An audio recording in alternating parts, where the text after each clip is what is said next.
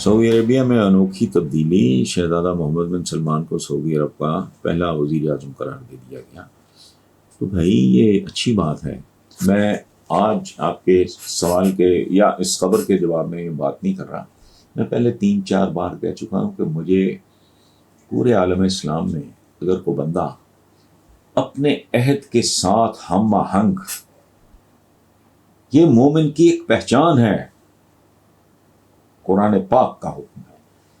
کہ مومن اپنے عہد کے ساتھ، اپنے عصر کے ساتھ، جس زمانے میں زندہ ہوتا ہے اس زمانے کے ساتھ ہم آہنگ ہوتا ہے۔ کمال۔ مجھے MBS میں یہ بات بہت خوبصورت،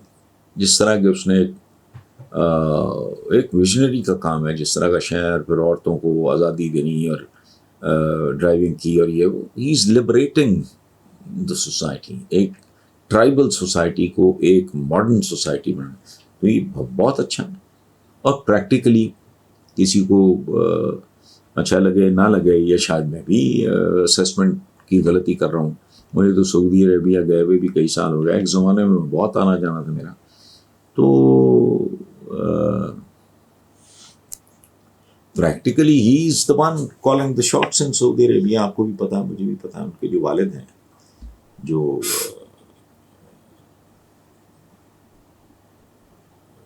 بادشاہ ہیں یا جو بھی کہہ لیں آپ، تو ان کی ایج، ان کی صحت، یہ وہ ہی از کالنگ دا شاٹس، اور اتنے زبردست ڈسیشنز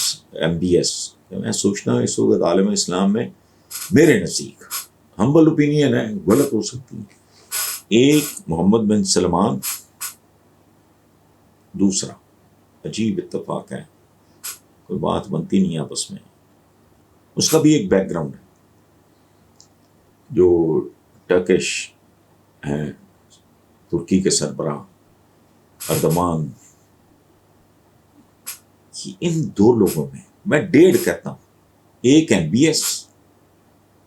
اور آدھے میرے نزدیک کو، ان سے تھوڑی سی مجھے نا ایک روشنی، ایک امید، ایک حوصلہ مجھے ملتا ہے۔ بہت اچھی بات اور وزیر اعظم ہے،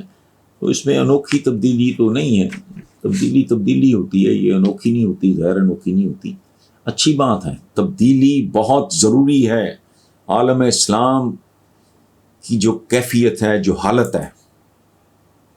اس میں تبدیلی نہیں، بہت ساری تبدیلیاں درکار ہیں، بہت سی چیزوں کو اثر نو سمجھنے کی،